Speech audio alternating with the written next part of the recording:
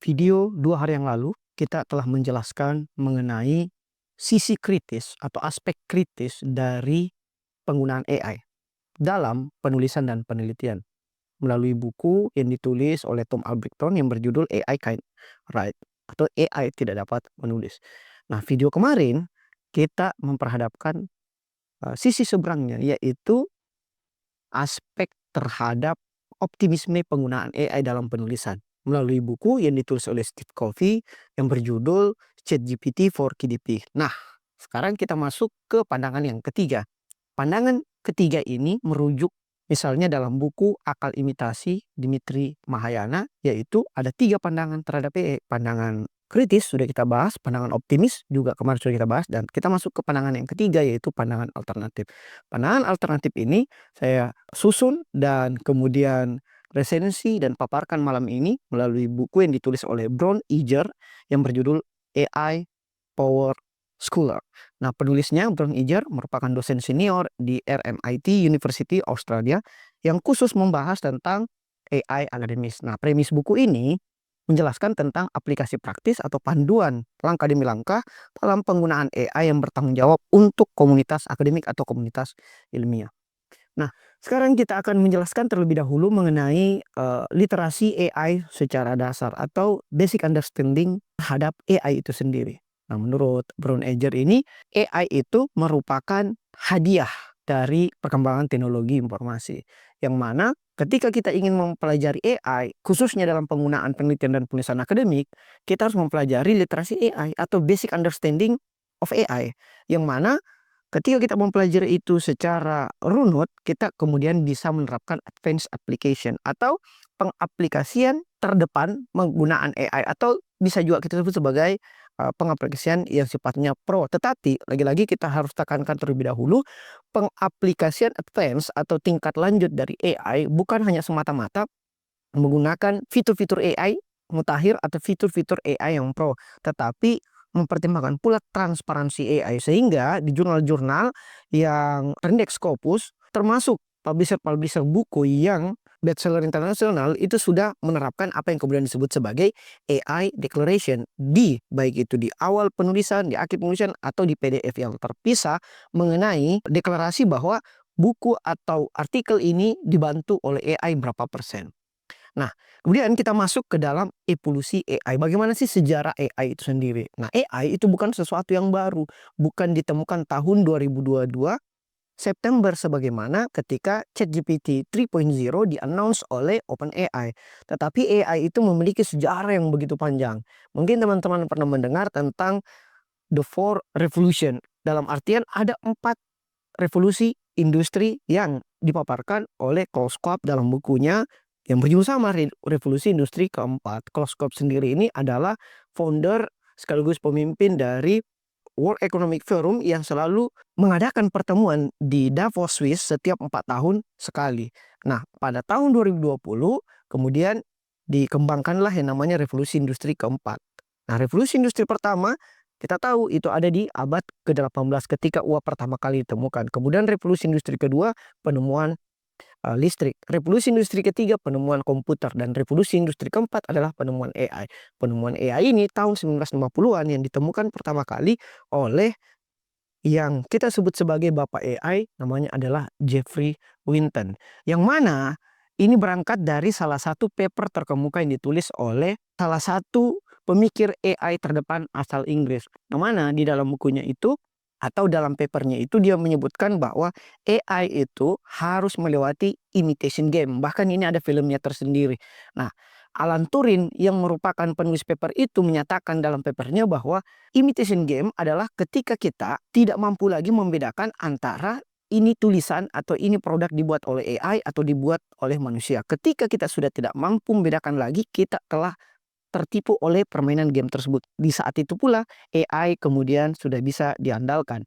Nah, kemudian pada tahap selanjutnya kita tahu ada musim dingin AI, yaitu ketika AI ini pembuatannya, perancangannya begitu mahal sehingga membutuhkan dana yang sangat banyak. Walhasil para peneliti AI itu berada pada musim dingin AI, yaitu AI itu tidak terlalu berkembang secara masif.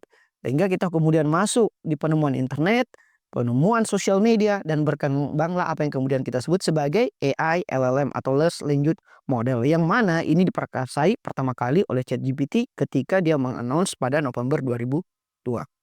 Nah, AI LLM ini merupakan jenis AI tentang bagaimana AI ini berinteraksi dengan manusia melalui bahasa manusia. Sehingga kalau kita membuka sejarah tentang AI LLM ini bukan hanya pertama kali dicetuskan melalui chatbot, tetapi sudah mulai ada pada komputer dasar yang kemudian kita sebut sebagai Eliza, yang kemudian berkembang menjadi virtual assistant. Kita dulu pernah mendengar ada Google yang bisa kita berbicara sama dia, ada Alexa, ada Siri, itu adalah virtual assistant. Misalnya kalau di film Iron Man ada Jarvis dan sebagainya, itu namanya virtual assistant. Kemudian berkembang menjadi large language model atau LLM, dan sekarang kita mendapati yang namanya beneran chatbot. Chatbot itu artinya ya seperti ChatGPT atau Gemini, ya chatbot kita bisa berdiskusi, mengobrol dengan AI tersebut.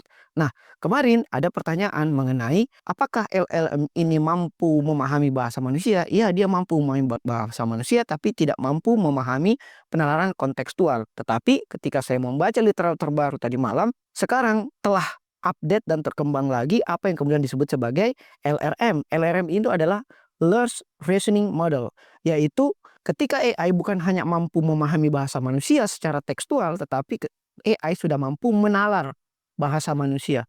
Itulah yang kemudian dikembangkan misalnya di Gemini 2,5 Pro ketika ada chain of thought atau alur berpikir, sehingga kita mengetahui AI ini mendapatkan sumbernya, outputnya, prosesnya itu seperti apa. Nah, pembahasan yang tidak kalah menarik mengenai literasi AI yang terberdayakan atau AI for Scholar adalah mengenai prompt engineering. Nah, even kita secanggih apapun model AI yang kita pakai, misalnya yang Pro atau bahkan yang Plus, yang model bisnis, kita tidak akan mampu mendapatkan output kalau input kita tidak akurat. Input ini ada dua, namanya input prompting dan kemudian input data yang kita attach di dalam prompt tersebut. Sehingga prompt ini menjadi tumpuan bagi output yang jelas. Ketika kita melakukan prompt, ada AI yang proses, ada output atau hasil. Nah, AI processing ini bertumpu pada inputnya tadi. Nah, sehingga prompt engineering menjadi begitu penting. Nah, prompting framework itu hanya bisa kita pahami ketika kita mengetahui AI literasi terkait kerangka kerja dari prompting atau instruksi tersebut. Nah, ketika prompting itu salah tafsir, misalnya kita menulis tentang buatkan saya hasil revisi terkait skripsi saya. Misalnya, kita memerintahkan AI itu untuk melihat typonya, ketidakjelasan logikanya dan sebagainya.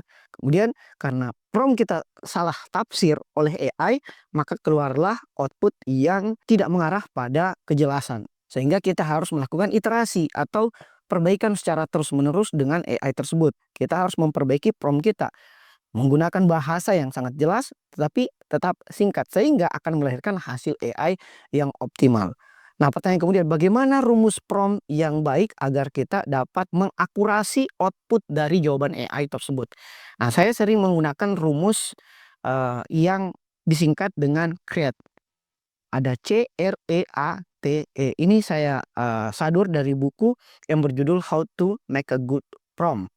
Nah, yang pertama adalah C atau konteks. Kita harus memahami dulu, memberikan pemahaman kepada AI bahwa kita itu siapa. Misalnya saya adalah dosen Fakultas Hukum, kemudian kita berikan rule atau R. Kita harus memberikan persona atau posisi kepada AI tersebut.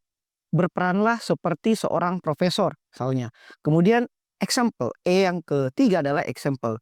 Kita harus menjelaskan contoh sesuatu yang ingin kita instruksikan nantinya. Misalnya ketika kita ingin AI itu merevisi skripsi kita, kita harus menyertakan hasil revisi yang baik, kita attach ke dalam dokumen agar ia mempelajari pola contoh yang kita berikan tersebut. Kemudian masuk ke yang keempat, yaitu action. Kita berikan perintahnya, kita harus menjelaskan secara spesifik apa yang kita perintahkan. Tolong revisi skripsi saya tersebut menggunakan bla bla bla. Kemudian masuk ke rumus yang kelima, yaitu tone. Nada, bagaimana kita ingin outputnya memberikan nada, misalnya nada formal, nada yang sedikit santai, nada yang sangat akurat dan sebagainya. Kemudian rumus yang keenam adalah exception, yaitu pengecualian. Kita harus memberikan batasan atau restriksi terhadap AI tersebut. Misalnya ketika tadi kita berbicara tentang revisi, maka kita harus memberikan batasan bahwa jangan menggunakan halusinasi referensi atau jangan menggunakan sumber yang tidak ada referensi yang akurat. Nah, sehingga kita bisa menghindar dari apa yang kemudian disebut sebagai hallucinate reference atau bahkan bias data pelatihan. Nah, ini adalah risiko yang datang bersama AI. Karena kenapa kita harus mengkritisi dua pandangan sebelumnya, yaitu pandangan optimisme bahwa AI itu semua yang datang itu menarik, bagus, berkembang dan sebagainya. Tetapi di sisi lain kita juga tidak boleh fobia terhadap AI. Kalau tadi teknofilia, orang yang sangat cenderung terhadap AI. Yang kedua ini, pahaman kritis, itu sangat teknofobia, sangat skeptis terhadap AI. Kita harus berada di tengah-tengahnya karena selain ada resiko dalam AI, tetapi ada juga peluang yang datang bersama AI. Sehingga kita harus memitigasi penggunaan AI kita khususnya di dalam penulisan. Dengan apa? Dengan mempertanggungjawabkan hasil karya kita. Apa yang dimaksud mempertanggungjawabkan? Bahwa kita harus melakukan verifikasi 2 langkah terhadap seluruh prosesnya. Kita tidak boleh melakukan plagiarisme AI yang mengancam integritas akademik kita.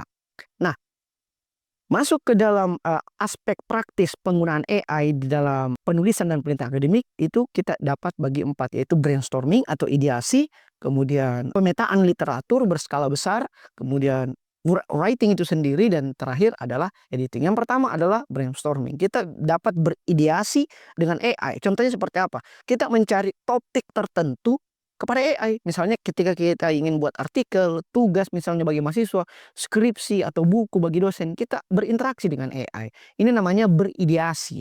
Dan AI yang bagus untuk kita temani berideasi adalah LLM. Baik itu ChatGPT, Gemini, Perplexity, preferensi saya pribadi saya menggunakan Gemini Pro. Yang kemudian adalah literatur search atau pemetaan literatur berskala besar. Kita masuk ke AI tools yang dapat memetakan literatur secara cepat, besar, masif, dan akurat. Ia kemudian melakukan sintesis antara beberapa temuan. Contoh AI toolsnya adalah seperti Set AI, SciSpace, ada konsensus, dan sebagainya.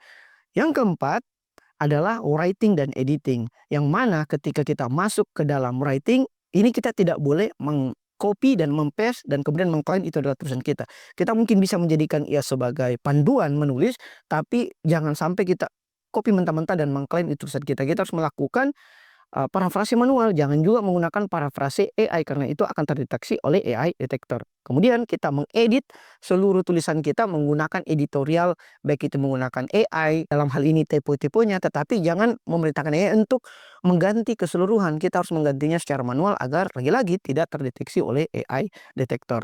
Nah, sebagai penutup, buku ini menurut saya memiliki kelebihan dan kekurangan. Kelebihannya adalah panduannya itu sederhana, dapat kita ikuti langkah demi langkah di dalam 11 bab buku ini, dan juga mempertimbangkan etika dan empati dalam penggunaan AI sehingga ia berdiri di tengah antara pandangan AI yang optimis dan pandangan AI yang kritis. Buku ini berdiri di tengah, yang dimaksud berdiri di tengah adalah dia memberikan pandangan alternatif sehingga tidak menolak sepenuhnya dan tidak menerima juga sepenuhnya. Tetapi kekurangan dari buku ini adalah karena AI tools dan prompting itu semakin berkembang, teknologi informasi itu berkembang secara eksponensial dan masif sekaligus cepat, sehingga beberapa rekomendasinya tentu akan usang. Itulah konsekuensi kalau kita menulis tema-tema seputar teknologi khususnya AI, karena AI ini sangat cepat perkembangannya, sehingga kita harus merevisi seluruh tulisan kita bukan hanya per tahun, tapi bahkan mungkin per bulan. Nah, sebagai penutup, buku ini menyarankan kita menjadi seorang akademisi atau seorang sarjana yang berdaya AI.